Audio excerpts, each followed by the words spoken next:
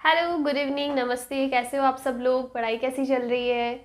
और हमारे जो वीडियो है वो आपको कैसे लग रहे हैं वो भी मुझे बताना। और हम लोग अभी हमारी जो क्लास 11th है उसका फिज़िक्स का पार्ट सेकंड है, उसके चैप्टर सेकंड के लिए हम लोग वीडियोस बना रहे हैं, which is mechanical properties of fluids.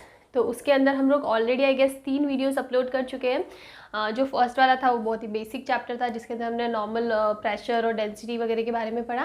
Second में हमने पास्कल्स लॉ पढ़ा और थर्ड में हमने बर्नौली का थ्योरम पढ़ा और उसके कुछ एप्लीकेशंस पढ़े। उसका एक लास्ट एप्लीकेशन रहता है जो थोड़ा सा डेरिवेटिव है, तो आज वो हम लोग पढ़ने वाले हैं। उसके बाद हम लोग स्टार्ट करेंगे आर्किमिडीज का प्रिंसिपल और उससे रिलेटेड कुछ थियरीज। वैसे जब मैंने आपके एनसीईआरटी की बुक चेक करी इस साल की, तो उसमें कहीं पे भी आर्किमिडीज का जो प्रिंसिपल है जो पहले हुआ करता था वो मुझे नहीं दिखा। मे बी मैंने मिस कर दिया, अगर ऐसा होता आप मुझे कमेंट से बताना। तो वैसे तो नहीं है, लेकिन वो बहुत इंपॉर्टेंट है, इसलिए मैं करवाऊंगी। तो आज वाला जो टॉपिक है वो छोटा सा है, जो हम लोग बात कर रहे हैं इसकी बर्नौली थ्योरम की एक एप्लीकेशन की। उसके बाद हम लोग स्टार्ट करेंगे आर्किमिडीज का प्रिंसिपल, उसकी कुछ बेसिक बातें। और आज हम इसको कंप्लीट भी कर लेंगे, हम लोग इसको ज़्यादा स्ट्रेच नहीं करेंगे। तो चलिए फिर हम लोग शुरू करते हैं। तो सबसे पहले मैं आपको बता दूं कि हमने बर्नौली का प्रिंसिपल पढ़ा था, उससे रिलेटेड काफ़ी एप्लीकेशंस हम लोग पढ़ चुके थे। एयरक्राफ्ट वाली, टिन शेड वाली, मैग्नेस इफेक्ट जो बॉल का स्पिनिंग का होता है वो भी हम लोग पढ़ चुके हैं। ट्रेन वाला एग्जांपल भी ले चुके हैं। तो काफ़ी बेसिक बेसिक एप्लीकेशंस होती है ना, जहाँ आपको समझ में आए कि बर्नौली का प्रिंसिपल कैसे काम कर रहा है, वो सारी चीज़ें हम लोग पढ़ चुके हैं। अभी हम लोग बात करते हैं इंपॉर्टेंट एप्लीकेशन है, विच इज़ टॉरिसैलीज लॉ, टॉरिसैली। ठीक है, ये इसका लास्ट एप्लीकेशन है। एप्लीकेशन तो बहुत सारे हैं, लेकिन जो आपकी बुक पे गिवन है उसके अंदर ये आपका लास्ट एप्लीकेशन है। तो इसके अंदर हमारे पास एक कंटेनर है जिसका शेप है कुछ ऐसा।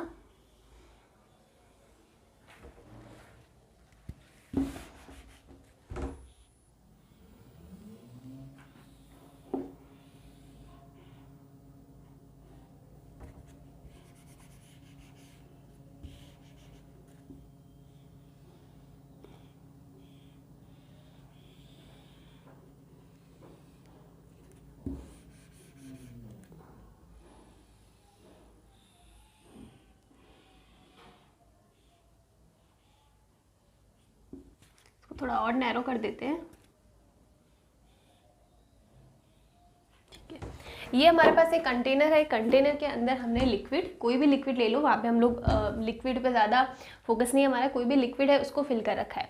अब यहाँ पे हमारे पास ना दो स्पॉट्स है। दो स्पॉट्स के बारे में हम लोग बात करेंगे। फर्स्ट है ये वाला, या फिर इसको फर्स्ट ले लो और ये ले लो सेकेंड।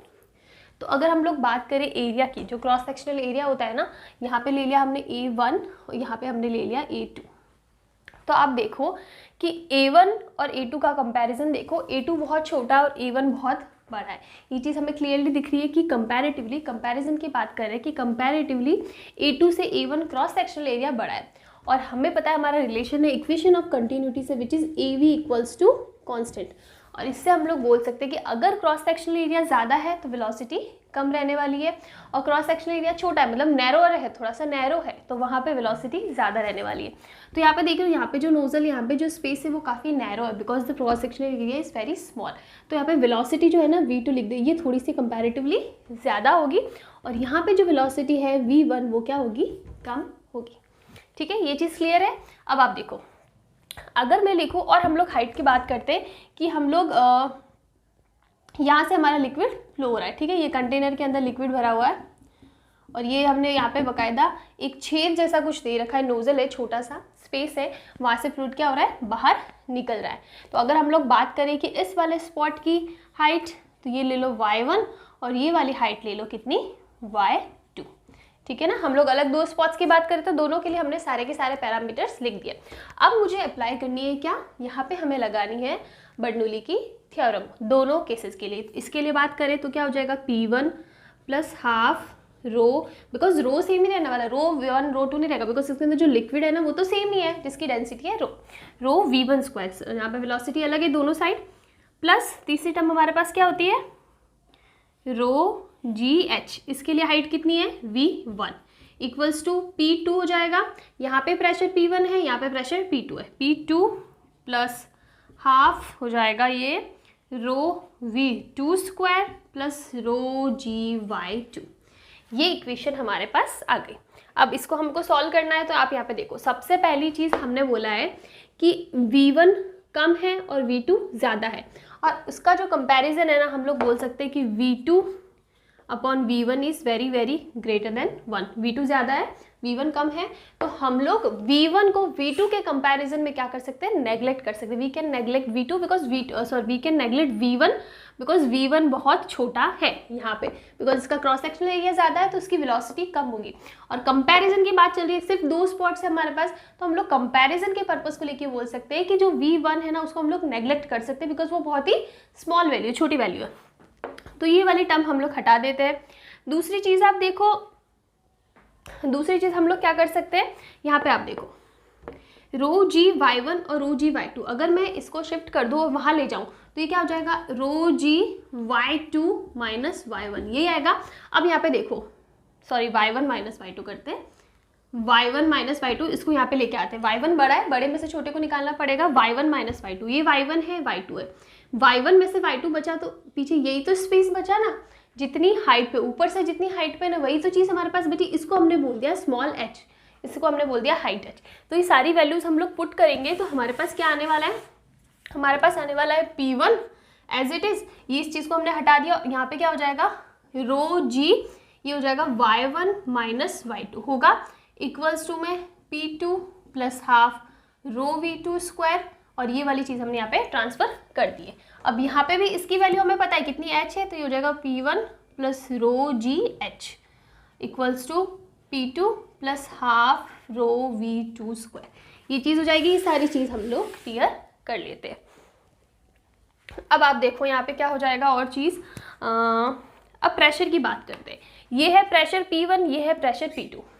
ये प्रेशर P1 है, वो किसकी वजह से लग रहा है, वो एटमॉस्फेयर की वजह से लगेगा, सिर्फ और सिर्फ एटमॉस्फेरिक प्रेशर होगा यहाँ पे P1, यहाँ की केस की बात करेंगे। और जैसे ही फ्लूइड यहाँ से बाहर निकलने लग जाएगा कि इस कंडीशन पे आ गए, यहाँ पे आकर यहाँ पे इस वाले फ्लूइड पे भी प्रेशर किसकी वजह से लगेगा, और सिर्फ एटमॉस्फेरिक प्रेशर ही तो लगेगा ना, बाहर के जो एटमॉस्फेयर है उसकी वजह से जो प्रेशर लगने वाला वही है। तो बेसिकली यहाँ पे भी एटमॉस्फेरिक प्रेशर लग रहा है और यहाँ पे भी एटमॉस्फेरिक प्रेशर लग रहा है, तो दोनों इक्वल है, दोनों इक्वल है, तो हम लोग इनको कैंसिल कर सकते हैं। तो पीछे क्या इक्वेशन बची, rho g h equals to half rho V2 square. अब यहाँ पे आप देखो, रो से रो कैंसिल कर दो और हमें ना V2 निकालना है, तो V2 स्क्वायर हो जाएगा 2GH होगा, और इसी से V2 क्या निकल जाएगा, under root of 2GH। This is our velocity. Basically हमने ये जो पूरा का पूरा लॉ पढ़ा ना, टॉरिसली लॉ, इसके अंदर हम लोग किसी भी फ्लूइड की जब वहाँ पे कोई होल होगा तो वो किस स्पीड से उस होल से फ्लूइड बाहर निकलेगा, कुछ ऐसी कंडीशंस रहेगी, और उस केस में जो फ्लूइड की स्पीड होगी इस होल से निकलने पे, वो स्पीड हम लोग फाइंड कर रहे हो, इसी को हम लोग इफ्लक्स स्पीड भी बोलते हैं। This is what, this is efflux speed, कि किसी होल से, यहाँ पे हमने एक छोटा सा होल कर दिया, उस होल से उस फ्लूइड की जो स्पीड होगी निकलते टाइम वो कितनी होगी, तो वो होगी अंडर रूट 2GH। और ये किसी पे डिपेंड नहीं करता, ये सिर्फ और सिर्फ डिपेंड करता है किस चीज़ पे, कि जो अपर सरफेस है, अपर लेवल है ना, उससे इसकी हाइट कितनी है h पे, g कांस्टेंट है, 2 भी कांस्टेंट है, तो सिर्फ और सिर्फ हाइट पे डिपेंड कर रहा है कि ऊपर वाले सरफेस से इसकी छेद की जो भी होल है वो ऊपर वाले सरफेस से कितनी हाइट पर है। बस ये चीज़ हमें पता होनी चाहिए और हम उसकी वेलोसिटी इजीली निकाल सकते हैं, कोई प्रॉब्लम नहीं आएगी। ठीक है, तो आई थिंक यहाँ तक किसी को कोई प्रॉब्लम नहीं होनी चाहिए। हम लोग इसके आगे की बात करते हैं। ये सारे के सारे बर्नौली थ्योरम की एप्लीकेशन से क्या, बर्नौली थ्योरम को कहाँ यूज़ कर सकते हैं, बिकॉज जब भी हम लोग कोई थ्योरम पढ़ते हैं, कोई लॉ पढ़ते हैं, तो हमारे दिमाग में सबसे पहली चीज़ ये आती है, जब मैं खुद पढ़ती थी तो मुझे ये चीज़ आती थी, यार इतना सब कुछ पढ़ रहे, इतना याद करें, इनका डेरिवेशन याद करें, चीज़ काम में कहाँ आने वाली है। मे बी हम लोग रियल लाइफ में उसको इतना यूज़ नहीं करें, लेकिन बुक्स में हमें ये चीज़ें ज़रूर मिल जाएगी कि अगर आप करना चाहो तो आप कहाँ अप्लाई कर सकते हो। तो ये सारी की सारी एप्लीकेशंस हैं, और आज के टाइम पे इस सेंचुरी में जितना थ्योरी इंपॉर्टेंट नहीं, उतने ज़्यादा उसकी प्रैक्टिकल एप्लीकेशन ज़्यादा इंपॉर्टेंट है। तो ये सारी चीज़ें आपको पता होनी चाहिए। चलो ठीक है, अब देखो, अभी हम लोग सेम हमारा वो लिक्विड ले लेते हैं, कंटेनर थोड़ा सा ईजी कर लेते हैं हम लोग इसको। ये हमारे पास कंटेनर है और यहाँ पे हमारा क्या है, ये हमने कर दिया छेद कि यहाँ से, और इसके अंदर हमने पानी भर रखा है। ठीक है, ये पानी भरा हुआ है, इसके अंदर पानी या फिर कोई भी लिक्विड ले सकते हो, लिक्विड भरा हुआ है, और यहाँ से लिक्विड क्या हो रहा है, बाहर निकल रहा है। प्रोजेक्टाइल मोशन करेगा जब कुछ हाइट पे कुछ कोई भी पार्टिकल फेंकता, आप सारी चीज़ें पढ़ चुके, तो वही केस लिक्विड में भी अप्लाई होगा कि ये किसी हाइट पे होने की वजह से इसका जो फ्लो है थोड़ा सा प्रोजेक्टाइल शेप में रहेगा। चलो ठीक है, अब हम लोग हाइट की बात करते हैं तो हमने पहले लिया था ये हाइट और ये हाइट, तो हम लोग टोटल हाइट ले लेते हैं h, ठीक है, और ये हाइट हमने स्मॉल h ली थी तो यहाँ पे भी स्मॉल h लेंगे, और ये वाली हाइट कितनी हो जाएगी, ये हाइट हो जाएगी h माइनस h, होगी ना ये हाइट, ये कैपिटल h है, ये स्मॉल h है, तो ये h माइनस h हो जाएगी। लिक्विड की डेंसिटी ले लेते हैं रो। अब देखो अगर मैं बात करूँ यहाँ पे वेलोसिटी की, तो वेलोसिटी क्या होगा, अभी हमने पढ़ा √2gh, ये जितनी हाइट होगी ना उसके बराबर, ठीक है, 2gh हो जाएगा। अब हमें क्या निकालना, अब हमें निकालना है कि जब इस होल से यहाँ से लिक्विड फ्लो कर रहा है तो उसकी रेंज कितनी होगी, कहाँ पे जाके ये ग्राउंड को टच करेगा, वही तो हमारी रेंज होती थी ना जब हमने वर्टिकल प्रोजेक्टाइल मोशन बढ़ा था कि किसी हाइट पे, किसी बिल्डिंग के टॉप फ्लोर पे हाइट से हम लोग जब किसी पार्टिकल को ड्रॉप करते हैं तो क्या वेलोसिटी होती है, ये जो थी ये इसकी रेंज होती थी कि ये कहाँ पे जाके उस ग्राउंड को टच करने वाला है। वही सारी चीज़ें हम लोग यहाँ पे भी पढ़ने वाले हैं, ठीक है। तो सबसे पहले हम लोग निकालते हैं कि इस लिक्विड को इस छेद से निकलने के बाद, इस होल से पास होने के बाद उस लिक्विड को ग्राउंड तक पहुँचने में टाइम कितना लगता है, ठीक है, ये चीज़ निकाल रहे हैं। तो हम लोग निकालेंगे t, कितना टाइम लगता है, दूसरी चीज़ कि कितनी रेंज होगी उसकी, कहाँ पे जाके, कितनी डिस्टेंस पे जाके उस फ्लोर को टच करने वाला, वो क्या है हमारी रेंज। तो ये दोनों चीज़ें हमें कैलकुलेट करनी है। तो सबसे पहले हम लोग बात करें टाइम की, बिल्कुल ही ईजी है, अगर आपने प्रोजेक्टाइल मोशन बहुत अच्छे से पढ़ा है ना तो डायरेक्ट फॉर्मूलाज इनका। सबसे पहला फॉर्मूला अगर टाइम की बात करूँ तो टाइम के लिए हमारे पास फॉर्मूला होता था √2h/g। Second equation of motion है, उससे आप इजीली ये चीज़ कैलकुलेट कर सकते हो, ठीक है। फॉर एग्जांपल हमारे पास सेकेंड इक्वेशन क्या है, s = ut + ½ at² है। इनिशियल वेलोसिटी 0 ले लो, s हमारी हाइट है तो हाइट ले लो, तो जगह हाफ, और a एक्सेलरेशन g ले लो, ½ gt²। यहाँ से आप t निकालोगे ना तो यही आने वाला है 2h/g, ठीक है। ये सारी चीज़ें आप पढ़ चुके हो, देखो नहीं पढ़ी ना अभी भी तो थोड़ी सी डिफिकल्टी हो जाएगी। अभी तक आपका प्रोजेक्टाइल, आई थिंक प्रोजेक्टाइल तो छोड़, आपका जो फर्स्ट पार्ट है ना फिजिक्स का वो कंप्लीट हो जाना चाहिए विथ रिवीजन, तो वो चीज़ भी आप ध्यान में रखना। तो ये हमारे पास टाइम है, लेकिन यहाँ पे जो हाइट h होती थी ना, ये हाइट ये वाली हाइट नहीं होती थी, ये हाइट होती थी कि इस फ्लोर की, जब हम लोग फ्लोर की बात करते थे ना तो ये फ्लोर की हाइट कितनी हाइट से इसको पार्टिकल को फेंका, वो वाली हाइट हम लोग लेते थे। तो यहाँ पे वो हाइट कौन सी होगी, ये वाली हाइट होगी। एक बार फिर से बताती हूँ, अगर मैंने फॉर्मूले में h लिखा है ना, इसका मतलब ये वाला h नहीं है। जब भी हम लोग वर्टिकल प्रोजेक्टाइल मोशन में हमने पढ़ा है कि जब हम लोग किसी पार्टिकल को किसी हाइट से फेंकते तो उसका टाइम पीरियड 2h/g होता था, और वो हाइट कौन सी होती थी, ग्राउंड से उस पॉइंट तक की हाइट। तो यहाँ पे हम लोग यहाँ से लिक्विड को पास करा रहे, तो ग्राउंड से यहाँ तक की हाइट, यानी ये वाली हाइट काउंट होगी। तो हमारे पास यहाँ पे जो टाइम आएगा ना वो आएगा 2h - h/g, ये आएगा हमारे पास टाइम पीरियड। चलो ठीक है, आ गया हमारे पास, टाइम निकल गया। अब हमें रेंज निकालना है, बिल्कुल ही इजी है, कोई प्रॉब्लम नहीं है। अगर प्रोजेक्टाइल मोशन पढ़ा है तो हमें पता है डायरेक्ट फॉर्मूला कि जब भी हम लोग वर्टिकल प्रोजेक्टाइल मोशन की बात करेंगे तो जो रेंज होती थी ना वो होती थी ut, ये हमारे पास फॉर्मूला होता था। या फिर हम लोग इसको डायरेक्टली लिखते थे u × √2h/g।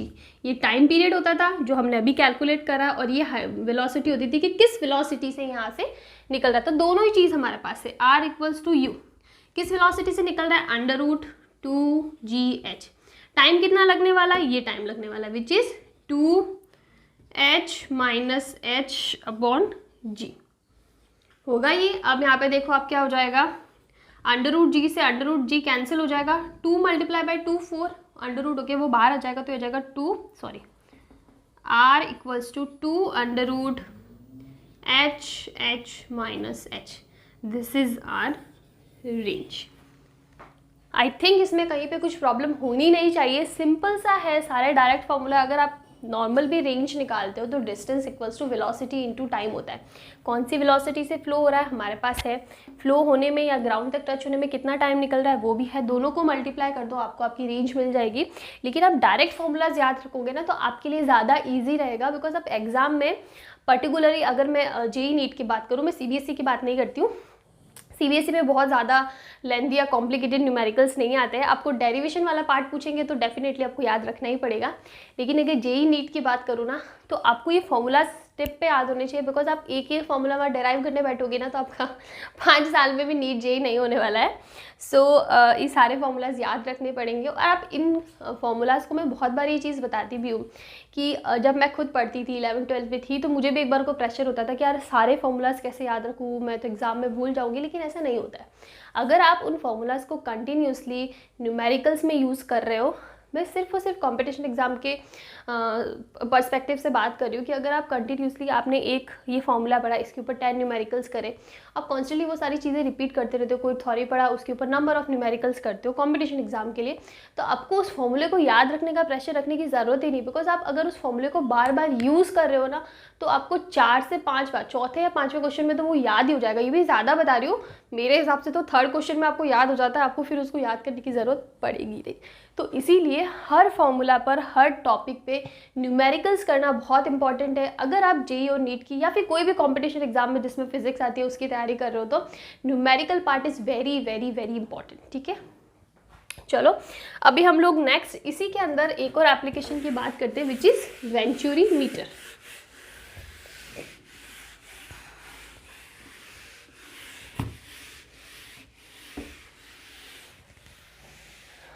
तो हमारा नेक्स्ट टॉपिक है venturi meter. This is the last application, venturi meter. क्या होता है वेंचुरी मीटर? वेंचुरी मीटर एक ट्रंकेटेड सरफेस होता है, जो हमने पहले भी बहुत बार पढ़ चुके हैं। थोड़ा सा इसको नीचे लेते हैं, थोड़ा साइड में बनाते हैं ताकि उस साइड बनाते हैं ताकि हमारे पास स्पेस रहे इस साइड न्यूमेरिकल करने का। तो ये कुछ ऐसा शेप रहता है। ट्रंकेटेड का मतलब है वेरिएबल क्रॉस सेक्शन, मतलब एक जैसा क्रॉस सेक्शन नहीं होता, यूनिफॉर्म नहीं होता ये। तो ये वेंचुरी मीटर है, इसके अंदर लिक्विड क्या कर रहा है? फ्लो कर रहा है। ठीक है, यहाँ पे हम लोग कोई 2 पॉइंट ले लेते हैं, सेम हाइट पे लेते हैं। ठीक है, this is our point A, this is our point B, और यहाँ पे क्या है हमारे पास? एक यू ट्यूब है। यू ट्यूब का मतलब यू शेप में नली है, या फिर नॉर्मल, आप यू ट्यूब मतलब नॉर्मल जो पैरेलल जो नली रहती है वो ले लो, ट्यूब ले लो ये। ठीक है, सेम हाइट पे। अब आप देखो, अगर मैं बात करूँ, इसको ए नहीं लेते, इसको 1 ही लेते हो ना, वो क्रॉस सेक्शनल एरिया वाला कंफ्यूजन हो जाएगा। ठीक है, अब यहाँ पे आप देखो, सॉरी गड़बड़ हो गई। हम लोग अगर इधर ही ले लेंगे तो चेंज नहीं होगा, हमें अलग सरफेस के लिए लेना। हम लोग यहाँ पे लेते हैं पॉइंट सेकंड, सेम हाइट पे होने चाहिए दोनों पॉइंट। ये हो गया हमारे पास, थोड़ा ऊपर ले लो। ठीक है, तो यहाँ पे आप देखो, सबसे पहले मैंने यहाँ से हटा के यहाँ पे क्यों लिया? बिकॉज हम लोग वेरिएबल क्रॉस सेक्शन की बात कर रहे हैं। अगर मैं ये और ये पॉइंट ले लूँगी तो दोनों का क्रॉस सेक्शन तो सेम हो जाएगा। अब आप देखो, यहाँ से आपको थोड़ी सी वाइडर दिख रही होगी, तो यहाँ पे क्रॉस सेक्शन ले लेते हैं हम लोग A1, और यहाँ पे एरिया ले लेते हैं A2, हो जाएगा, कोई प्रॉब्लम नहीं। आप खुद को दिख रहा होगा कि यहाँ पे एरिया ज़्यादा है तो वेलोसिटीज़ भी अलग होगी। अगर इन दोनों का क्रॉस सेक्शनल एरिया अलग है तो वेलोसिटीज़ अलग होगी, वो हमने इक्वेशन ऑफ कंटिन्यूटी से पढ़ लिया है। तो यहाँ पे वेलोसिटी हो जाएगी V1, यहाँ पे वेलोसिटी हो जाएगी V2। उसी टाइप से आप प्रेशर भी अलग अलग ले लो, P1 P2। Now the main thing is, हमें पता है कि यहाँ पे क्रॉस सेक्शनल एरिया अलग अलग है। यहाँ पे ज़्यादा है तो वेलोसिटी क्या होगी? कम होगी। यहाँ पे वेलोसिटी ज़्यादा होगी। ऊपर एरो है मतलब ज़्यादा, नीचे एरो है मतलब डाउन हो रही है, कम हो रही है। अब आप देखो, हमने वेलोसिटी और प्रेशर का रिलेशन भी पढ़ लिया है। बर्नौली के थ्योरम का जो फर्स्ट एप्लीकेशन था ना, वो हमने यही पढ़ा था कि आप कैसे वेलोसिटी और प्रेशर को रिलेट कर सकते हो। तो वहाँ से हमने पढ़ा कि जब वेलोसिटी कम है ना तो प्रेशर ज़्यादा होगा। तो यहाँ पे प्रेशर ज़्यादा है, यहाँ पे प्रेशर कम है। तो प्रेशर ज़्यादा है मतलब इस वाली नली के लिए प्रेशर ज़्यादा होगा और इस वाली नली के लिए प्रेशर कम होगा। इसकी वजह से यहाँ पे लिक्विड ज़्यादा ऊपर तक चढ़ेगा। ठीक है, और यहाँ पे कंपैरेटिवली कम चढ़ेगा, बिकॉज प्रेशर डिफरेंस है दोनों में। और ये हम लोग जो मान लेते हैं प्रेशर डिफरेंस की वजह से जो हाइट है वो है स्मॉल h। आई थिंक यहाँ तक आपको कोई प्रॉब्लम नहीं होनी चाहिए। देखो, दिस इज़ वेरी इंपॉर्टेंट, इसलिए आप बहुत ध्यान से सुनना, ध्यान से समझना। प्रॉब्लम आती है कमेंट्स में बताना, जो कि आप लोग नहीं बताते हो, लेकिन फिर भी मैं हर बार बोलती हूँ। तो दोनों में क्रॉस सेक्शनल एरिया अलग अलग है। हमने इक्वेशन ऑफ कंटिन्यूटी को 2 वीडियोस से पढ़ते आ रहे हो। हमें पता है कि हमारे पास एक रिलेशन है, A V is constant, where A is cross sectional area and V is velocity. तो इसका मतलब अगर क्रॉस सेक्शनल एरिया अलग अलग है तो वेलोसिटी भी अलग अलग होगी, कम ज़्यादा वो भी हमें पता है, क्रॉस सेक्शनल एरिया ज़्यादा वेलोसिटी कम, क्रॉस सेक्शनल एरिया छोटा वेलोसिटी ज़्यादा। उसी से रिलेशन में हम लोग प्रेशर का भी वैल्यू निकाल सकते हैं, जो भी हम लोग फर्स्ट एप्लीकेशन पढ़ चुके हैं। तो यहाँ पे प्रेशर ज़्यादा है, प्रेशर ज़्यादा है ना, तो ये पानी ज़्यादा ऊपर चढ़ेगा, पानी या जो भी लिक्विड आपने लिया वो ज़्यादा हाइट पे जाएगा और यहाँ पे कंपैरेटिवली कम हाइट पे जाएगा, और ये जो डिफरेंस आ रहा है हाइट का हमने उसको ले लिया स्मॉल h। यहाँ तक आई थिंक कोई प्रॉब्लम नहीं होनी चाहिए। अब हम लोग स्टडी करते हैं क्या, बर्नौली थ्योरम लिखते हैं इन दो पॉइंट्स के लिए, पॉइंट 1 और पॉइंट 2 के लिए। तो हमारे पास इक्वेशन क्या है, सबसे पहले यहाँ पे देखो प्रेशर डिफरेंस, मैंने आपको बताया था कि जब हम लोग P पढ़ते हैं ना, जो रिलेशन होता है P1 प्रेशर डिफरेंस, उसकी वैल्यू क्या होती है, P1 माइनस P2 हमने पढ़ा है, रो जी एच, एच मतलब जो भी हाइट का डिफरेंस आ रहा है प्रेशर की वजह से। ये रिलेशन हम लोग बहुत बार पढ़ चुके हैं, नया नहीं है, तो हम लोग ये चीज़ पहले ही लिख सकते हैं कि P1 minus P2, P1 minus P2 इसलिए बोल रही हूँ बिकॉज यहाँ पे P1 है, यहाँ पे P2 है, P1 में प्रेशर ज़्यादा है, P2 में कम है, इसलिए P1 माइनस P2 लगाया। अगर P2 में ज़्यादा होता है ना तो हम लोग P2 माइनस P1 लिखते हैं, और वो किसकी वजह से आता है, equals to rho g height difference, और हमें पता है हाइट डिफरेंस कितना आ रहा है, स्मॉल h का, तो हमने इसको लिख दिया रो जी h। हो गया हमारे पास। अब हम लोग बर्नौली की थ्योरम लिखाते हैं, P1 plus half rho V square plus rho g h, h1 ले लो for example, this is height h1 और सेम हाइट पे this is also height h1, equals to P2 plus half ये V1 है, रो V2 square plus rho जी H2 होगा, H2 यानी same height पे, तो हम लोग दोनों को H1 लिखेंगे, तो ये दोनों तो पहले ही कैंसिल आउट हो जाएंगे बिकॉज हमने बोला है कि ग्राउंड से जो इनकी हाइट है ना दोनों की सेम है, और रो जी एच जो होता है वो ग्राउंड वाली हाइट होती है, तो वो दोनों के लिए सेम है, ये हो गया। पीछे बचेगा P1 माइनस P2, हम लोग P2 को इधर ले आते हैं और ये हो जाएगा half rho V2 square minus V1 square, लिख सकते हैं हम लोग। P1 माइनस P2 की वैल्यू यहाँ से पुट कर लो, which is rho g h equals to half rho V2 square minus V1 square हो जाएगा। चलो ठीक है, रो से रो आप कैंसिल कर दो, हमारे पास बचेगा g h equals to half V2 square minus V1 square, this is our equation number 1, ले लो आप इसको। आई गेस यहाँ तक आपको कोई प्रॉब्लम नहीं होनी चाहिए।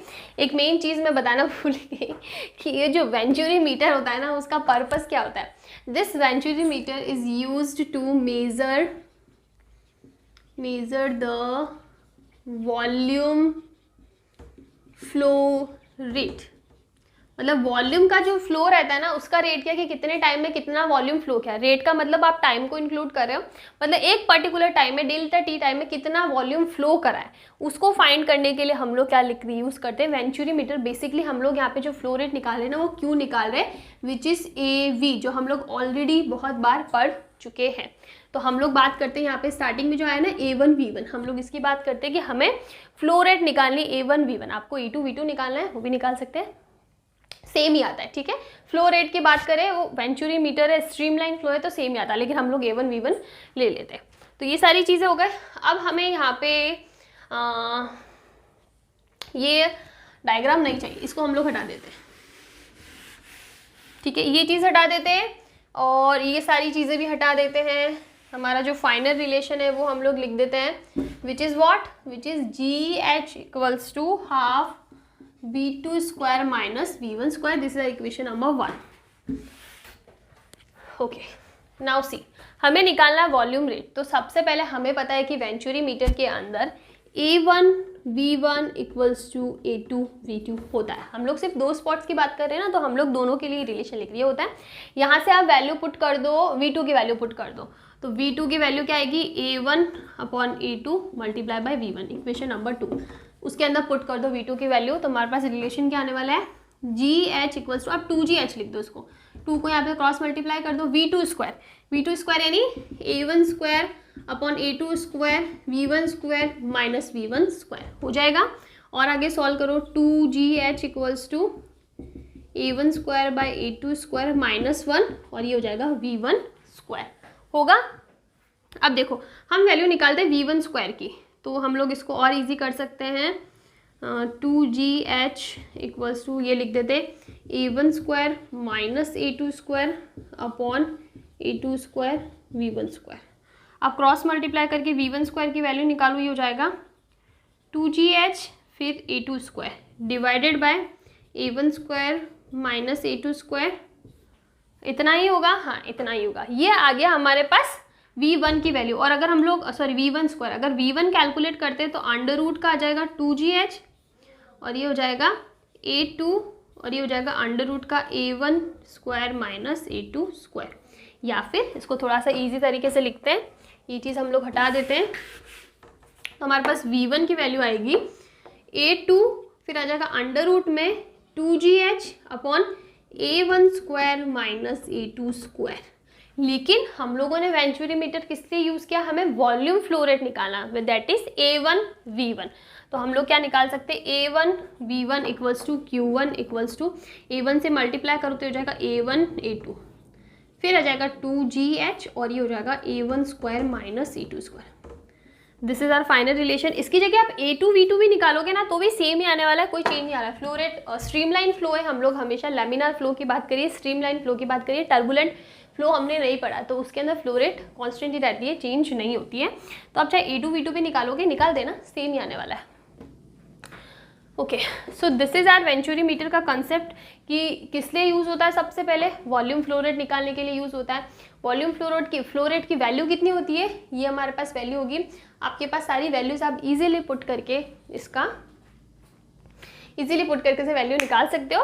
और काफ़ी बार एग्जाम में इसके ऊपर डायरेक्ट क्वेश्चन भी आ सकता है, बिकॉज आई थिंक NCERT में डायरेक्ट इसका फॉर्मूला नहीं गिवन है, देखना पड़ेगा।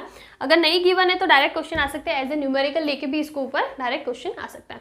तो यहाँ पे हमारी जो एप्लीकेशन वाला पार्ट है ना वो कंप्लीट होता है। इससे ज़्यादा बर्नौली थ्योरम के अंदर एप्लीकेशन वाले पार्ट में ज़्यादा कुछ नहीं है। फिर रहती है न्यूमेरिकल्स वाली पार्ट। मैं थोड़े से न्यूमेरिकल्स आजकल कम करा रही हूँ, पर मैं डेफिनेटली न्यूमेरिकल्स पे अलग वीडियोस लेके आने वाली हूँ। और एक चीज़ जो मैं नोटिस करी हूँ, आजकल वीडियोस पे बहुत कम लोग देखते हैं। तो देखो, मैं ऐसा नहीं बोल रही कि मैं बहुत ही परफेक्ट टीचर हूँ, लेकिन कहीं पे कोई प्रॉब्लम लगती है, जो भी अननोन है, जिन्होंने सब्सक्राइब नहीं भी कर रखा है चैनल को, लेकिन आपको फील होता है कि नहीं मुझे ये चीज़ नहीं समझ में आ रही है, पैटर्न पढ़ाने का पैटर्न नहीं समझ में आ रहा है, ये टॉपिक अच्छे से क्लियर नहीं हो रहा, जो भी रीज़न हो, आप ऑनेस्टली अच्छे तरीके से मुझे कमेंट्स में बताओ, ताकि मुझे भी चीज़ें पता रहे कि मुझे क्या कैसे इंप्रूव करना है। ठीक है, तो ये चीज़ के लिए आपको मैं हमेशा बोलती हूँ, लेकिन आप करते नहीं हो। तो ठीक है, यहाँ पे हमारा ये टॉपिक कंप्लीट होता है। अब इसके बाद अगर मैं बात करूँ चैप्टर की, तो चैप्टर के अंदर आपका सरफेस टेंशन रहता है और विस्कोसिटी रहता है, लेकिन वो हम लोग बाद में करेंगे। उससे पहले हम लोग हमारा आर्किमिडीज वाला टॉपिक कंप्लीट कर लेते हैं, ताकि उसके कॉन्सेप्ट पे आप लोग आगे चीज़ें पढ़ सकें। तो अभी हम लोग स्टार्ट करते हैं हमारा आर्किमिडीज का टॉपिक।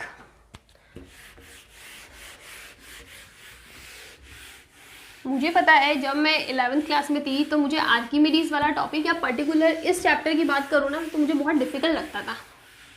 तो आप लोग बताना कि आपको ये चैप्टर डिफिकल्ट लगता है या आपको इजी लगता है। Next topic is which is very important, Archimedes principal. देखो, ये अभी की NCERT की बुक में नहीं है, आई थिंक आपके 9-10 के सिलेबस में भी ये था।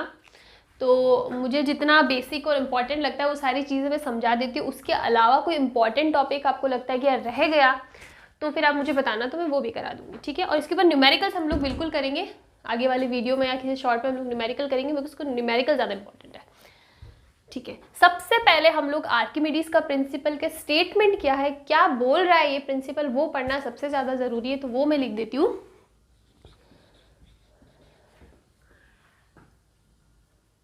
When an object or a body is immersed in a liquid or in a fluid बोलते हैं, in a fluid, then an upward net force acts on the object, which is called buoyant force.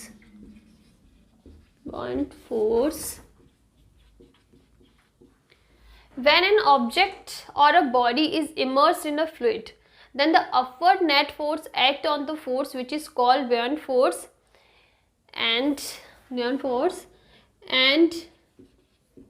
it is equals to the weight of the fluid displaced. This is the statement. एक बार को जब statement लिखते हैं थोड़ा सा difficult लगता है कि यार इतना बड़ा स्टेटमेंट है, नहीं समझ में आ रहा. ऑब्वियस सी बात है, हो सकता है. तो ये स्टेटमेंट बोलता है, हम लोग लाइन बाय लाइन इसको रीड करते हैं कि क्या इसमें मेजर चीज़ क्या बोल रखी है. व्हेन एन ऑब्जेक्ट और a body is immersed in a fluid, इसका मतलब हम लोग ले लेते हैं एक कंटेनर. ठीक है, यहाँ तक पानी हमने उसके अंदर डाल रखा. अब इसके अंदर हमने एक ऑब्जेक्ट डाल दिया, लिखा हुआ ना, व्हेन एन ऑब्जेक्ट और a body is immersed in a fluid then an upward net force act on the object. मतलब इस ऑब्जेक्ट के ऊपर की साइड में इस डायरेक्शन में लगने वाला एक फोर्स काम करता है, जिसको हम लोग बॉयंट फोर्स बोलते हैं. BUOYANT, buoyant force. बियॉन्सी जो आप लोग पढ़ते हैं वही है. तो बॉयंट फोर्स काम करता है और ये फोर्स किसके इक्वल होता है कि इस बॉडी ने जितना लिक्विड डिस्प्लेस करा ना. देखो ये कंफ्यूजन, मेजर कंफ्यूजन जो होता है, नॉर्मली हम लोग जब इसको अच्छे से नहीं पढ़ते ना, हमें क्या लगता है कि ये जो बॉयंट फोर्स लग रहा है ना वो किसके बराबर होगा, ये जो ऑब्जेक्ट है ना इसके वेट के बराबर, कि जितना ऑब्जेक्ट का वेट है उतना ही ऊपर की डायरेक्शन में फोर्स लगेगा. यस, ऐसा भी होता है, लेकिन हर केस में ऐसा नहीं होता. ये कब होता है, जब ये लिक्विड ऐसे फ्लोट कर रहा है, बीच में कर रहा है. लेकिन हमारे पास 3 कंडीशन होगी. फ्लोट नहीं कर रहा है, सरफेस पे ये, एक है फ्लोट कर रहा है, और दूसरा है कि हमारा जो बॉडी है, ऑब्जेक्ट, वो सिंक कर गया. तो 3 केसेस होते हैं. अगर मैं यहाँ पे लिखती ना is equals to the weight of the object, इतना ही लिखती, तो इसका मतलब हम लोग सिर्फ और सिर्फ बात कर रहे हैं जब हमारी बॉडी फ्लोट कर रही है. लेकिन तीनों केसेस को लेना है तो जो एक्चुअल डेफिनेशन रहती है ना वो ये होती है कि ये फोर्स उसके बराबर होता है जितना ये बॉडी इसके अंदर एडजस्ट होने के लिए कुछ पानी को, कुछ लिक्विड को, जो भी आपने लिक्विड या उसको डिस्प्लेस करेगी ना, उसके वेट के बराबर है. जितना उसने लिक्विड को डिस्प्लेस करा है उतना ही बॉयंट फोर्स लगा है. अगर ये बॉडी पूरी की पूरी अंदर चली गई, सिंक कर गई, तो इसका मतलब इसने अपने टोटल वेट के बराबर लिक्विड को डिस्प्लेस करा है. और अगर वो सिंक कर रही है तो उसके अंदर प्रोपोर्शंस चेंज हो जाएंगे. So the basic definition is, Archimedes का प्रिंसिपल बोलता है कि जब भी कोई बॉडी किसी लिक्विड में, किसी फ्लूइड में इमर्स कर दिया हमने, फ्लोट करिए, सिंक करिए, उसकी बात नहीं करें, बस हमने अंदर डाल दिया, तो उस बॉडी के ऊपर, उस ऑब्जेक्ट के ऊपर एक अपवर्ड फोर्स लगता है. अपवर्ड फोर्स का मतलब वो ऊपर की डायरेक्शन में काम करता है, और इस फोर्स की वैल्यू उतनी ही होती है जितना वो बॉडी उस लिक्विड को डिस्प्लेस करेगी. That is the very simple और basic definition of Archimedes principle, या फिर स्टेटमेंट ऑफ आर्किमिडीज प्रिंसिपल. इससे ज़्यादा इसमें कुछ भी नहीं है. अगर ये चीज़ आपको समझ में आ गई ना, तो आगे की चीज़ें समझना बिल्कुल भी डिफिकल्ट नहीं है. तो ये हो गया इसका बेसिक इंट्रोडक्शन.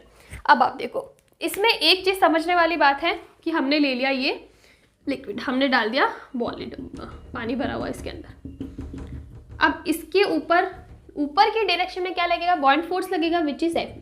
ये बॉयंट फोर्स किसकी वजह से लगता है, ये बॉयंट फोर्स लगता है प्रेशर डिफरेंस की वजह से. जब हमने स्टार्टिंग में जब ये चैप्टर स्टार्ट किया था ना, तब भी हमने पढ़ा था कि जब भी हम लोग किसी ऑब्जेक्ट को लिक्विड में, फ्लूइड में डालेंगे ना, तो उस पर चारों तरफ से क्या लगता है, फोर्स लगता है, which is pressure. A kind of pressure हम लोग लिख सकते हैं, प्रेशर इंटू एरिया, अगर हम लोग एरिया को कंसिडर करते हैं.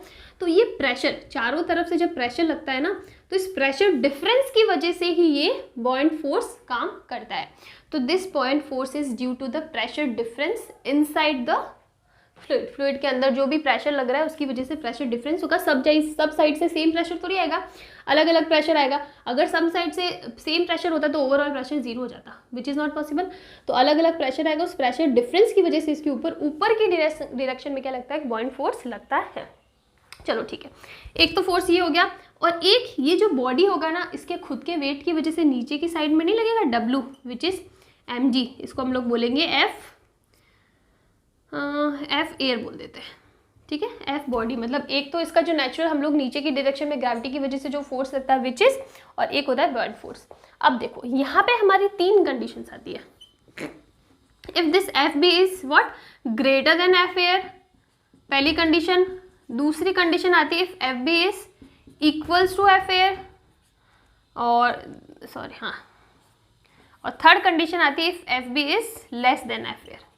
कैसे ये चीज़ इंपॉर्टेंट है, ये चीज़ इसलिए इंपॉर्टेंट है कि इस पे डिपेंड करेगा, इन तीनों कंडीशन पे डिपेंड करेगा कि हमारी बॉडी फ्लोट करने वाली है या फिर सिर्फ सरफेस पे रहने वाली है, मतलब ऊपर की डायरेक्शन में जाएगी, या फिर सिंक करने वाली. ये डिपेंड करता है सिर्फ और सिर्फ इन दोनों की वैल्यूज़ पे. अब देखो कैसे, यहाँ पे समझते हैं. हमने बॉयंट फोर्स कैसे आ रहा है, किसकी वजह से लग रहा है, ये सारी चीज़ें हमने पढ़ ली. और ये जो इसका नेचुरल वेट की वजह से जो फोर्स लगता है वो हम ऑलरेडी बहुत बार पढ़ चुके हैं. चलो ठीक है. नाउ सी, अगर मैं बात करूँ यहाँ पे एफ बी, तो आप देखो कि एफ बी सबसे पहली कंडीशन ली, एफ बी इससे ज़्यादा होगा। इसका मतलब दो फोर्स लग रहा है, एक ऊपर लग रहा है और एक नीचे लग रहा है। अगर ऊपर वाला फोर्स ज़्यादा है, हमने बोला F B is greater than F air, इसका मतलब ऊपर वाला फोर्स ज़्यादा है और नीचे वाला कम है, तो इसका मतलब बॉडी ऊपर की डायरेक्शन में नहीं जाएगी। मैं दो फोर्स लगा रही हूँ, एक ऊपर लगा रही हूँ एक नीचे लग रही है, लेकिन ऊपर वाला ज़्यादा लगा रही हूँ तो ओवरऑल तो बॉडी ऊपर ही जाने वाली है।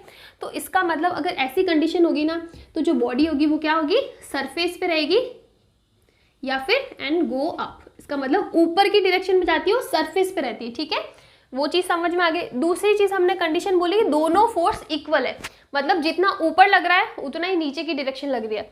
तो इस केस में बॉडी हमारी कुछ ऐसी होगी, मतलब half inside and half upside. इसका मतलब एकदम बीच वाली कंडीशन पे होगी। इसका मतलब बॉडी क्या कर रही है, फ्लोट कर रही है। हमने देखा ना कोई भी चीज़ तैरती है, फ्लोट करती है, तो उसका क्या होता है, कुछ भाग अंदर होता है कुछ भाग बाहर होता है। तो बेसिकली अगर हमारा बियॉन्ड फोर्स और हमारा जो नेचुरल फोर्स लगता है वो दोनों एक दूसरे के सेम हो, तब हमारी बॉडी क्या करेगी, फ्लोट करेगी। थर्ड कंडीशन इज कि यहाँ पे ये वाला जो फोर्स है वो ज़्यादा है। सेम चीज़ होगी पहले वाले केस में, ऊपर फोर्स लगा रहे हैं नीचे फोर्स, लेकिन नीचे वाला फोर्स ज़्यादा लग रहा है तो बॉडी नीचे की डायरेक्शन में आएगी। और जब बॉडी नीचे की डायरेक्शन में आएगी इसका मतलब बॉडी डूब जाएगी। तो ये वाली कंडीशन होती है जब बॉडी क्या करे, सिंक करे, मतलब डूब जाए। तो ये तीनों चीज़ें बहुत इंपॉर्टेंट है कि कब कौन से केस में बॉडी ऊपर की डायरेक्शन में जाएगी, कब फ्लोट करेगी और कब सिंक करेगी। दैट डिपेंड्स कि कौन सा फोर्स ज़्यादा रोल प्ले कर रहा है। सिंपल सी चीज़ है, आई थिंक इसमें कोई डिफिकल्टी नहीं होनी चाहिए।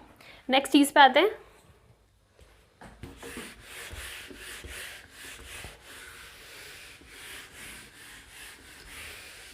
अब ये जो फोर्स की वैल्यू है ना, दोनों फोर्सेस लिखी, तो इसके अंदर हम लोग एक चीज़ कर सकते हैं कि देखो हम लोग अगेन हमारा केस ले लेते हैं। हमारे पास ये बॉडी है, ये लिक्विड है, ठीक है, एक ऊपर बियॉन्ड फोर्स लग रहा है, नीचे की डायरेक्शन में एफ डब्ल्यू वेट की वजह से लग रहा है।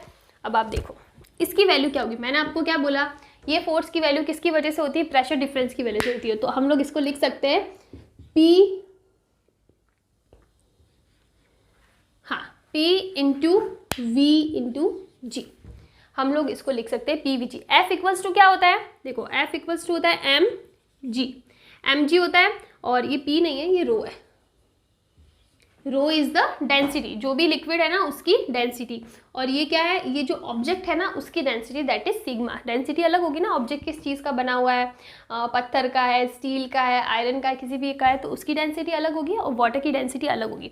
तो इसको हम लोग लिखेंगे रो VG, और इसकी वेट की वजह से जो आएगा उसको लिखेंगे सिग्मा VG।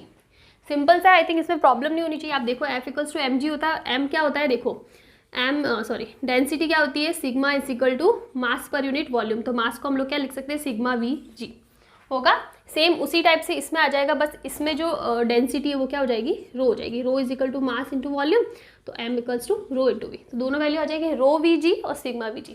अब इन दोनों को कंपेरिजन करना है, तो देखो rho VG equals to sigma VG, इसका मतलब आप देखो G से G कैंसिल हो जाएगा, और V, इसके अंदर V इनसाइड और V आउट वाला गेम लेना पड़ेगा, लेकिन वो चलो हम लोग आगे पढ़ेंगे, हम लोग नेक्स्ट टॉपिक उसी पे आ रहे हैं। तो सिंपल सा आप समझना है कि फोर्स की जो डेफिनेशन है वो किसकी वजह से आई है, रो VG, और इसमें हो जाएगा सिग्मा VG।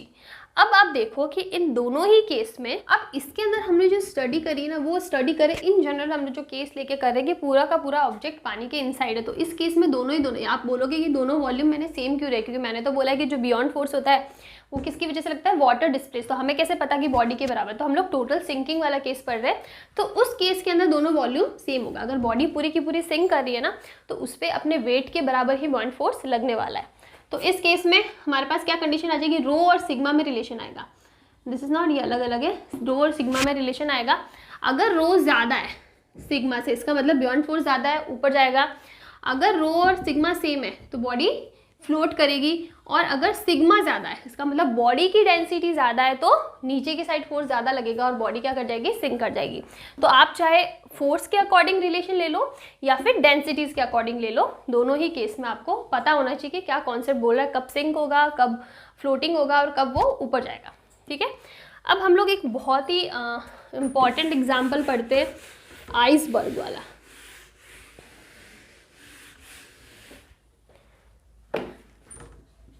आइसबर्ग। क्या होता है आइसबर्ग? आपने देखा होगा बड़े बड़े जब ग्लेशियर्स वगैरह होते हैं, या फिर हम लोग बात करें समुद्र की, सी की बात करें, तो जब बहुत ज़्यादा ठंड होती है, जहाँ पे ज़्यादा टेम्परेचर डाउन जाता है -10 -20, वहाँ की केसेस में बात कर रही हूँ, तो उसके अंदर क्या होता है, पानी के अंदर भी बर्फ़ के बड़े बड़े ग्लेशियर बन जाते हैं, होता है। तो आपने ये चीज़ देखी होगी कि for example this is R sorry this is R C, और इसके अंदर आपने देखा कि बर्फ़ का शेप कुछ ऐसा होता है, ठीक है। तो आपको क्या लगता है कि बर्फ़ सिर्फ इतना ही होता है? नहीं होता। आपने बहुत बार पढ़ा भी होगा कि 90% से ज़्यादा बर्फ़ तो इनसाइड होता है, सिर्फ 10% वाला पार्ट हमें ऊपर की डायरेक्शन में दिखता है। तो ये चीज़ अपने आप तो कैसे आगे कोई अंदर जाके देखा भी होगा, लेकिन ये चीज़ हम लोग कैलकुलेट भी कर सकते हैं यूजिंग आर आर्किमिडीज प्रिंसिपल, आर्किमिडीज लॉ। फिर से बता रही हूँ कि जो आइसबर्ग्स होते हैं, आइसबर्ग यानी जो बर्फ़ के पहाड़ होते हैं बड़े बड़े, जहाँ पे टेम्परेचर बहुत ज़्यादा डाउन रहता है, वहाँ पे आपको ये चीज़ देखने को मिलेगी। बहुत बड़े बड़े समुद्र में पानी जहाँ पे ज़्यादा होगा वहाँ पे ये चीज़ आपको देखने को मिलेगी। तो ये जो ग्लेशियर होते हैं पानी के, बर्फ़ के, तो उसमें आप देखोगे कि जितना पार्ट आपको बाहर दिखता है सिर्फ उतना ही नहीं है, 90% से ज़्यादा पार्ट इनसाइड रहता है, 10% पार्ट आउटसाइड रहता है। और इसी चीज़ को हम लोग आज प्रूव करने वाले हैं। कैसे प्रूव करने वाले हैं? देखो, यहाँ पे इसकी वेट की वजह से नीचे क्या फोर्स लगने वाला है? Fw, और ऊपर जो बॉन्ड फोर्स लगेगा वो क्या लगने वाला है? Fp। नाउ सी, अभी तक हम लोग जो केसेस पढ़ रहे थे ना, वो कैसे केसेस पढ़ रहे थे कि हम लोग इन जनरल ले लेते कि पूरी की पूरी बॉडी पानी के अंदर है, फिर हम लोग कंपेयर करते थे कि सिग्मा ज़्यादा है, रो ज़्यादा है, या फिर कौन सा वेट, कौन सा फोर्स ज़्यादा, ये सारी चीज़ें पढ़ते थे। But now in this case हमको पता है कि बर्फ ऊपर भी है, इसका मतलब वो फ्लोट कर रहा है, फ्लोटिंग वाली कंडीशन है हमारे ऊपर, हमारे पास है। और जब भी फ्लोटिंग वाली कंडीशन होती है, देखो ये तो क्लियर दिख रहा है ना, आप खुद इमेजिन करोगे जब हम लोग बर्फ के बड़े बड़े पहाड़ या आइसबर्ग की बात करते हैं तो पानी का पार्ट ऊपर दिख रहा है, ऊपर दिख रहा है, इसका मतलब वो फ्लोट कर रहा है। अगर वो पानी का फ्लोट नहीं करता, पूरा पूरा अंदर होता या फिर पूरा का पूरा ऊपर होता, 100% बाहर होता। फर्स्ट और लास्ट दोनों केस नहीं है, तो सेकंड केस क्या होता है कि ऊपर वो फ्लोट कर रहा है, तो उस केस में ये जो बॉइंट फोर्स होता है ना Fb, वो किसके इक्वल होगा? Fw, इसके वेट के बराबर होगा। इसकी वैल्यू कितनी होती है? रो वी जी, और इसकी वैल्यू कितनी होती है? सिग्मा वी जी। लेकिन यहाँ पे क्या है, दोनों वॉल्यूम सेम होंगे? नहीं होंगे। ये वॉल्यूम सेम कब होते हैं? अभी मैंने 5 सेकंड पहले बताया, जब अपनी बॉडी पूरी की पूरी सिंक कर जाए, पूरे के पूरे पानी के अंदर हो, लिक्विड के अंदर हो, फ्लूइड के अंदर होगा, उस केस में जितना पानी डिस्प्लेस कर रहा है ना, उतना ही उसका वेट होता है। लेकिन यहाँ पे बॉडी सिंक नहीं कर रही है, फ्लोट कर रही है, तो इसका मतलब ये जो बॉइंट फोर्स होता है ना, वो किसकी वजह से होता है? वाटर डिस्प्लेस्ड, जितना पानी उसने डिस्प्लेस करा है उसी के बराबर होती है। तो ये जो रो वी जी होगा, नहीं होगा row V inside G. V inside का मतलब है कि जितना वॉल्यूम इसने डिस्प्लेस करा है ना, उसके बराबर होगा। और ये तो फिक्स है, इसमें कोई चेंज नहीं होगा, ये हो जाएगा हमारा टोटल जो होता है ना जी। तो यहाँ पे हम लोग क्या लिख सकते हैं? रो वी इनसाइड जी बराबर रो वी जी होगा। वी इनसाइड का मतलब जितना वो पार्ट अंदर है ना, आपको ये समझ में आ रही है? ये वी इनसाइड वही है जितना हमने वॉल्यूम क्या करा है? डिस्प्लेस करा है। जितना बॉडी का पार्ट अंदर होगा उतना ही तो पानी डिस्प्लेस करेगा ना। पूरी बॉडी अंदर है तो पूरे अपने वेट के बराबर वो वॉल्यूम को डिस्प्लेस करेगी, फ्लूइड को डिस्प्लेस करेगी। लेकिन अब जितनी बॉडी अंदर है, हमें नहीं पता कितनी अंदर, हम लोग कैलकुलेट कर रहे हैं कि कैसे ये 10% और 90% आ रहा है, ठीक है। तो जितनी बॉडी इनसाइड होगी उतना ही वो वाटर डिस्प्लेस करेगी, तो उतना ही वॉल्यूम डिस्प्लेस करेगी। तो इसलिए हमने लिखा है वी इन, जितना इनसाइड है उतना डिस्प्लेसमेंट होगा। किसकी वजह से होता है? बॉइंट फोर्स की वजह से, वाटर डिस्प्लेस्ड, ठीक है। और ये हो जाएगा सिग्मा वी जी। अब यहाँ से आप देखो, जी से जी कैंसिल कर दो और हमारे पास क्या रिलेशन आ जाएगा? Rho V inside equals to sigma V. This is a relation for iceberg. Now the next thing is what? आप देखो कि अगर मुझे फ्रैक्शन निकालना है कि कितना इनसाइड है, बॉडी कितनी इनसाइड है, तो मैं क्या निकालूंगी? V inside upon V total. यही हमारा फ्रैक्शन निकलेगा ना, किसी चीज़ का फ्रैक्शन निकालना, इनसाइड है आउटसाइड है, आउटसाइड निकाल तो V outside upon total volume, inside निकाला तो V inside upon total volume. यही चीज़ होती है। इसकी वैल्यू कितनी आ जाएगी? सिग्मा अपॉन रो आएगी। और अगर मैं आउटसाइड निकालना है तो ये आप देखो, V total equals to V inside plus V outside, यही होता है टोटल वॉल्यूम। और अगर मुझे वी आउट निकालना है तो ये कितना हो जाएगा? वी माइनस वी इन होगा। तो अगर मुझे वी आउट निकालना है तो ये कितना हो जाएगा? वी आउट हो जाएगा V minus V in. V कितना है, वी माइनस वी इन, इसको मैं लिख देती हूँ, V out equals to V minus V in. Okay चलो हम लोग यहाँ पे वैल्यू पुट करते हैं, फिर हो जाएगा वी इनसाइड की आप लोग वैल्यू पुट कर लो, V minus V out, V minus V out upon V. ऐसे सॉल्व करते हैं, इसको ज़्यादा इजी रहेगा सॉल्व करना। मैंने वी इनसाइड की जगह वैल्यू क्या पुट कर दी, वी माइनस वी आउट। आप इसको सॉल्व करो, क्या हो जाएगा, 1 minus V out upon V is equal to sigma upon rho. हो जाएगा ना, वी को वी से डिवाइड कर लिया, 1 माइनस ये, तो ये इसको आगे जब आप सॉल्व करो तो आ जाएगा V out upon V equals to 1 minus sigma upon rho. This is our first relation, this is our second relation. दोनों रिलेशन काफ़ी इंपॉर्टेंट है। ये क्या फ्रैक्शन को निकालने के लिए कि पानी या बर्फ़ का कितना वॉल्यूम अंदर की साइड है, और ये निकालने के लिए कि बर्फ़ का कितना वॉल्यूम आउटसाइड है। तो अब हमको निकालना है कि कैसे ये 10% और 90% आता है।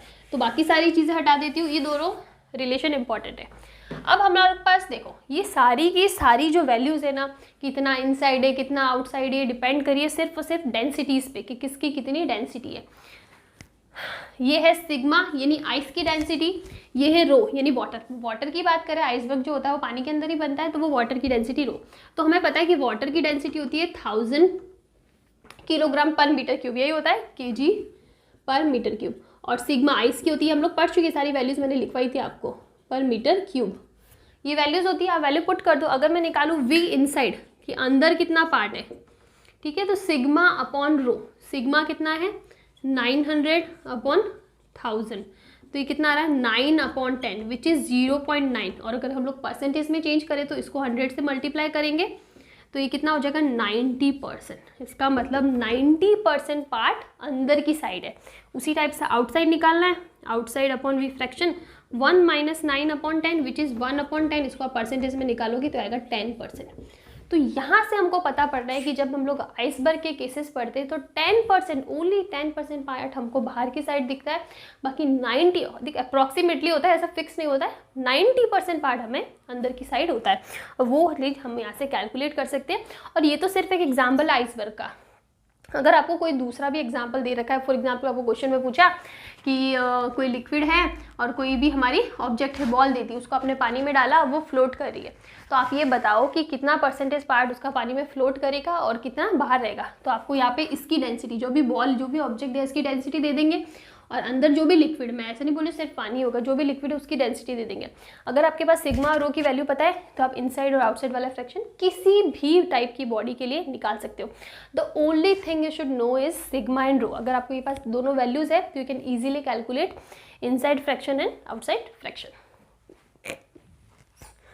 Okay, so these are the simple explanation of iceberg. कोई भी डिफ़िकल्टी होती है, कन्फ्यूज़न होता है, do let me know in the comment section कि यहाँ पे प्रॉब्लम आ रही है। अब हम लोग इसी के और आगे लेके हम लोग पढ़ते हैं कि कुछ एग्जांपल्स लेते हैं, उस पर क्वेश्चन ज़रूर बनते हैं, थ्योरी वाले क्वेश्चन पे बनते हैं। फॉर एग्जांपल हमने सबसे पहला लिया कि हमारे पास कोई एक कंटेनर है, ठीक है, कंटेनर है और कंटेनर के अंदर हमारे पास एक बर्फ़ है। ऑलरेडी ये सिचुएशन गिवन है कि there is a container filled with water ही लेते हैं हम लोग, ये वाटर है, डेंसिटी रो, और इसके अंदर हमने एक बर्फ़ का टुकड़ा रख दिया छोटा सा। तो अब आपको बताना है कि जब ये आइस मेल्ट कर जाएगा तो इस लिक्विड का जो लेवल है वो अप होगा या डाउन होगा। इसका मतलब कंटेनर है, उसके अंदर आइस है, आइस जब मेल्ट हो जाएगा ना तो पानी का लेवल ऊपर चढ़ेगा, पानी का लेवल नीचे आएगा। ये हमारा क्वेश्चन है और इस टाइप का क्वेश्चन आया हुआ है, डायरेक्टली आया हुआ है कि शिफ्ट अप होता है, शिफ्ट डाउन होता है, सेम रहता है या क्या चेंज होते हैं जब ये आइस मेल्ट हो जाता है। ये क्वेश्चन आपको गिवन है, एग्जाम में आया हुआ है काफ़ी बार। ओके, तो इन जनरल हम लोग सोचेंगे ना तो हम क्या सोचेंगे, यार बर्फ़ का टुकड़ा पिघलेगा तो पानी तो बढ़ेगा ही, पानी बढ़ेगा इसका मतलब लेवल क्या होना चाहिए, ऊपर होना चाहिए। लेकिन दिस इज रॉन्ग, लेवल नहीं बढ़ता है। ऐसा कब होता, जब ये सिचुएशन हमको ऐसे गिवन होती है कि हमारे पास एक कंटेनर है, ठीक है, और उसके अंदर अब हम लोग बाहर से बर्फ़ डाल रहे हैं, हम लोग बाहर से बर्फ़ लेके आए, अब उसको डाल रहे हो, तब यस, तब हमारा लेवल क्या बढ़ेगा। लेकिन हम लोग को ऑलरेडी गिवन है कि बर्फ़ डाला हुआ है, अब ये मेल्ट हो जाएगा तो क्या लेवल होगा, तो लेवल सेम रहने वाला है। सेम क्यों रहने वाला है, देखो,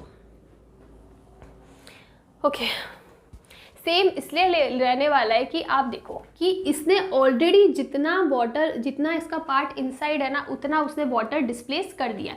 अगर मैं इसको ऐसे करूँ, ठीक है, बर्फ़ का टुकड़ा है, ठीक है, ये ऑलरेडी इतना पार्ट मेल्ट कर चुकी है, बर्फ़ है, ये इतनी इनसाइड थी तो ऑलरेडी इतना वाटर ये डिस्प्लेस कर चुकी है। अब जब ये मेल्ट हो जाएगा ना, तो इसने अपने वेट के बराबर ही वाटर डिस्प्लेस किया, तो जब ये मेल्ट हो जाएगी ना, तब इतना ही पानी क्या होने वाला है, फिल होने वाली, और लेवल सेम रहने वाला, लेवल में कोई भी चेंज नहीं आएगा। उसको हम लोग कैसे समझ सकते हैं, उसको हम लोग समझ सकते हैं कि फ्लोट कर रहा है ना, फ्लोट करने पे हमको पता है कि बियॉन्ड फोर्स और जो उसका वेट होता है वो बराबर होता है। हमने फ्लोटिंग वाली कंडीशन ली है, तो हमें पता है कि F B is equals to F W. ये एफ बी है और ये एफ डब्ल्यू, ये दोनों बराबर होंगे because the ice is floating. Okay, now next thing, इसको हम लोग क्या लिखते हैं, इसको हम लोग लिख सकते हैं डेंसिटी ऑफ वाटर और पी इंटू, सॉरी हम लोग इसको ऐसे करते हैं, wait of the water displaced,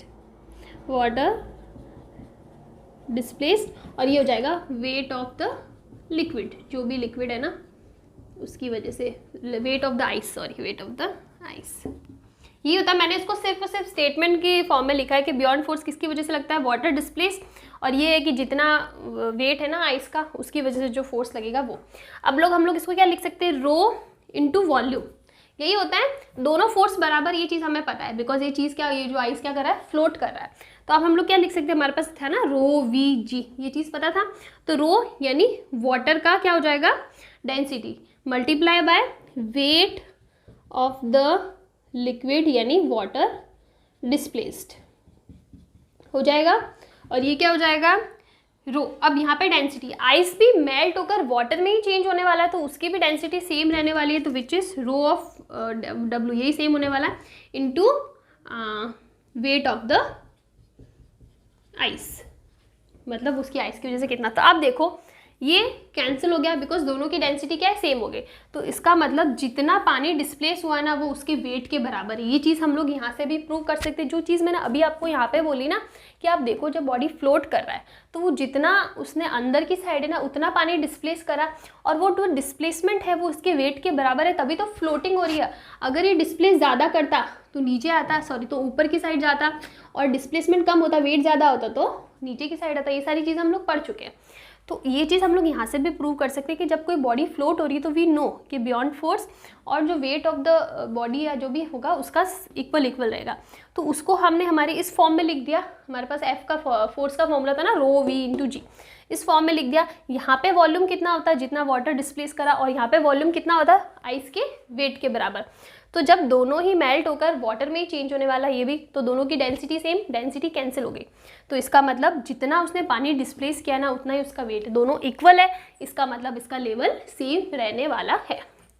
अगर ये सेम नहीं रहता, अगर हम लोग बाहर से आइस लाते ना तब चेंजेस होता, अगर अंदर ही सारी सिचुएशन है कुछ चेंजेस नहीं करे तो ये कंडीशन रहने वाली है।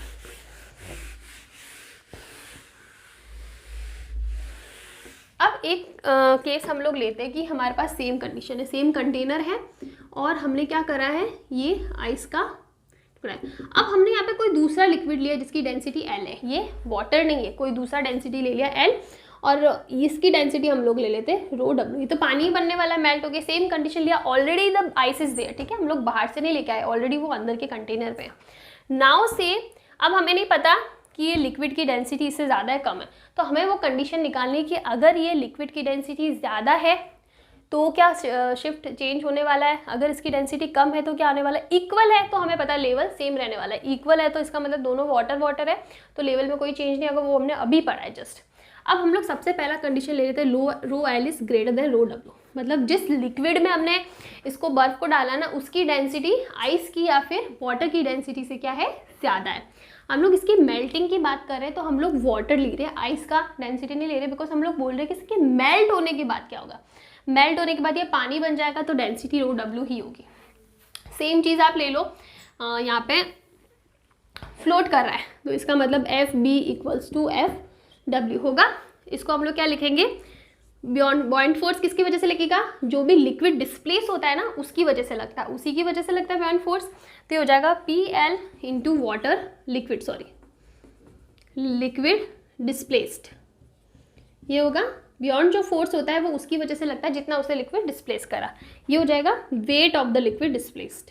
और ये क्या हो जाएगा, ये हो जाएगा rho W into weight of the ice. यही चीज़ हमारे पास होने वाली है। अब आप देखो हम लोग लिख देते हैं कि जितना वॉल्यूम ऑफ लिक्विड डिस्प्लेस्ड, ये वॉल्यूम लिखो, हाँ अपने रो वी जी यूज़ करते हैं ना, जी तो कैंसिल आउट हो जाएगा तो रो वी होगा तो वॉल्यूम होगा, और ये भी वॉल्यूम ऑफ द आइस।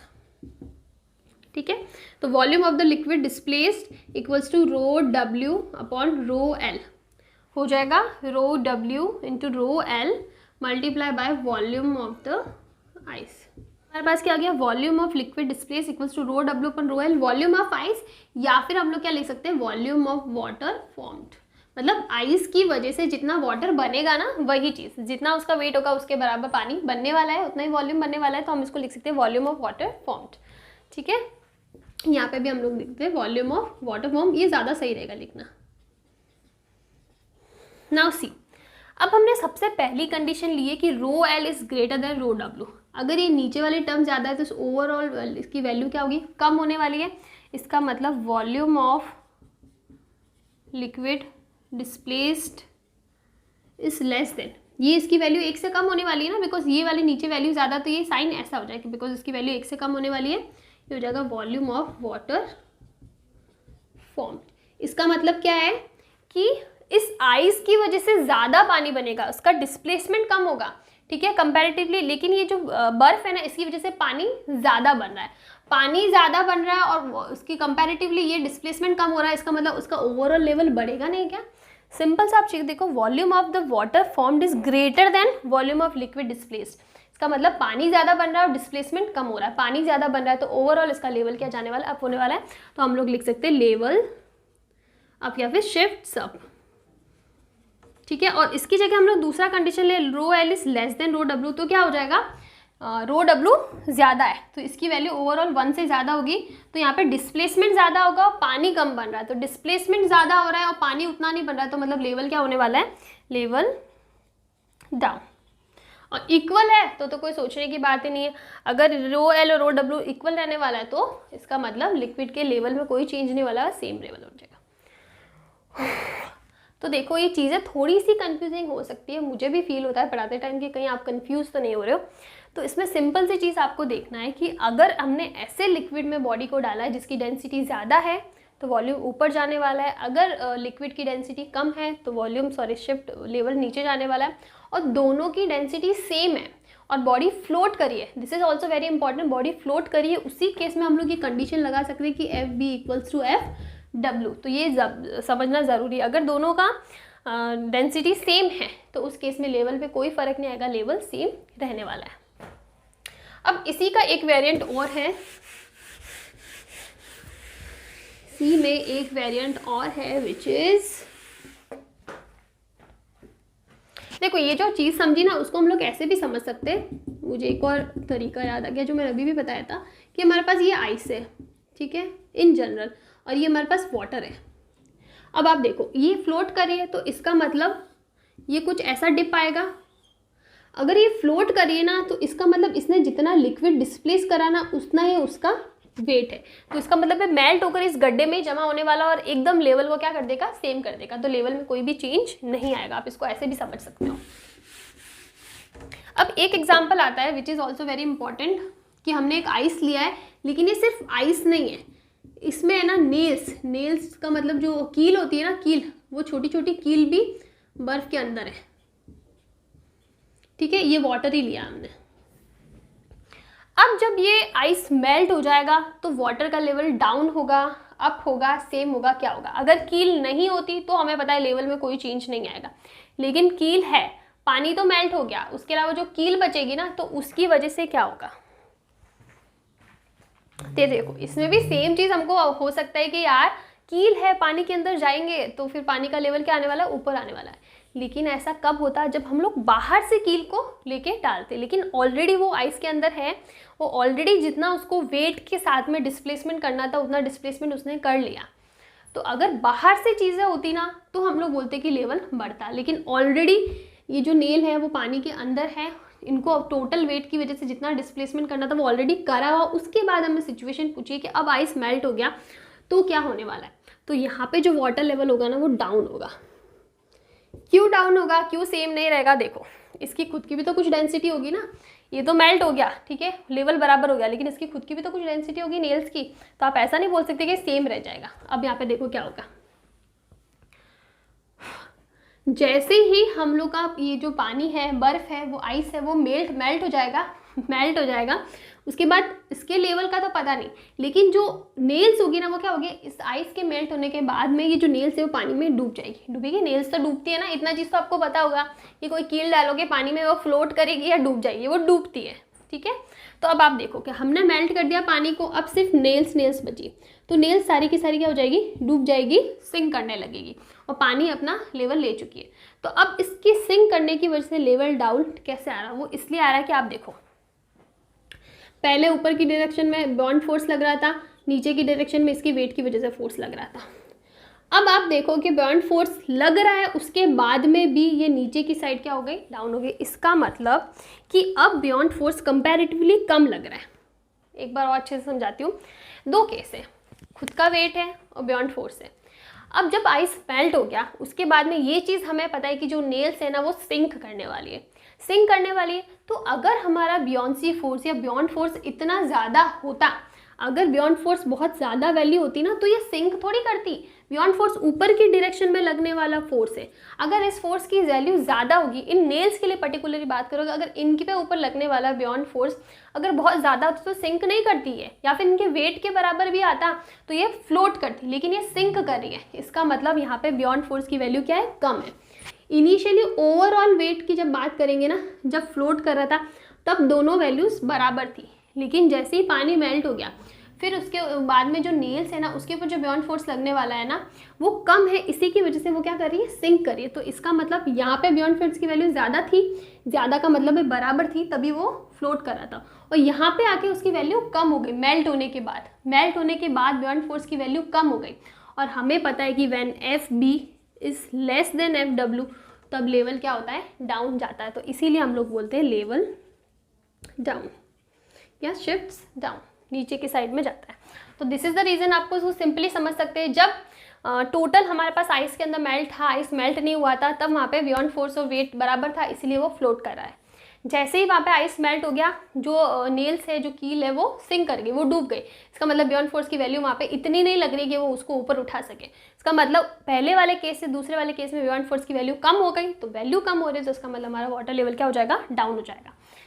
ये चीज़ हो गई। और अगर इन नेल्स की जगह कुछ ऐसा लेते ना, कुछ ऐसा ऑब्जेक्ट लेते कि वो फ्लोट कर रहा है, तो हम लोग उस केस में भी बोलते कि अगर यहाँ पे ऐसा होता है कि नहीं ऐसा कुछ मटेरियल है आइस के अंदर कि वो फ्लोट कर रहा है, तो वहाँ पे हमारा दो लेवल सेम रहता। और अगर ऐसा बोलते कि कुछ ऐसा अंदर डाला है, नेल्स नहीं और कुछ दूसरी चीज़ डाली है जो ऊपर के सरफेस पे ही रह रही है, ठीक है, ऊपर ज़्यादा है, तो वहाँ पे हम लोग बोलेंगे लेवल अप हो जाता है।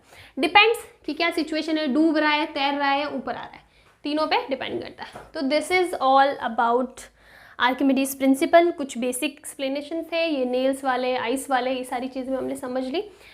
सिर्फ और सिर्फ ध्यान रखना है कि किसकी डेंसिटी ज़्यादा है, किसकी डेंसिटी कम है, बॉन्ड फोर्स ज़्यादा है या फिर उसका वेट ज़्यादा है। ये चीज़ें समझ में आ गई, फिर आप इजीली क्वेश्चन का आंसर दे सकते हो कि लेवल डाउन होने वाला है, लेवल अप होने वाला है, या लेवल सेम रहने वाला है। तो आई थिंक आज के लिए काफ़ी हो गया, मैं खुद भी थक गई हूँ। तो यहाँ पे हम लोग आज का जो वीडियो है वो ख़त्म करते हैं। फिर नेक्स्ट वीडियो में हम लोग सरफेस टेंशन और विस्कोसिटी की बात करेंगे, और मैं ट्राई करूँगी कि मैं वन शॉट लेके आऊँ। जो विस्कोसिटी और सरफेस टेंशन है वो अपने आप में बहुत बड़ा टॉपिक है, उसके ऊपर 2 से 3 वीडियो बन सकते हैं, लेकिन मैं ट्राई करूँगी मैं एक वन शॉट लेके आऊँ जो लंबा हो सकता है। लेकिन फिर मैं ये भी सोचती हूँ कि आप लंबे वीडियो देखते भी नहीं हो, तो आई ट्राई कि मैं इसको जितना जल्दी हो सके करा सकूँ। मैं ट्राई ये करूँगी वन शॉट ले लूँ कि 1-2 घंटे का वीडियो बनेगा, आपका टॉपिक कंप्लीट हो जाएगा, ताकि हम लोग न्यूमेरिकल ज़्यादा कर सकें। ठीक है, तो आज के लिए काफ़ी हो गया। नेक्स्ट टॉपिक की नेक्स्ट वीडियो में बात करेंगे। कहीं कोई दिक्कत आती है, कोई प्रॉब्लम आती है, मुझे बिल्कुल कमेंट्स में बताना, एंड सपोर्ट करते रहिए, शेयर करते रहिए वीडियो को, एंड थैंक यू।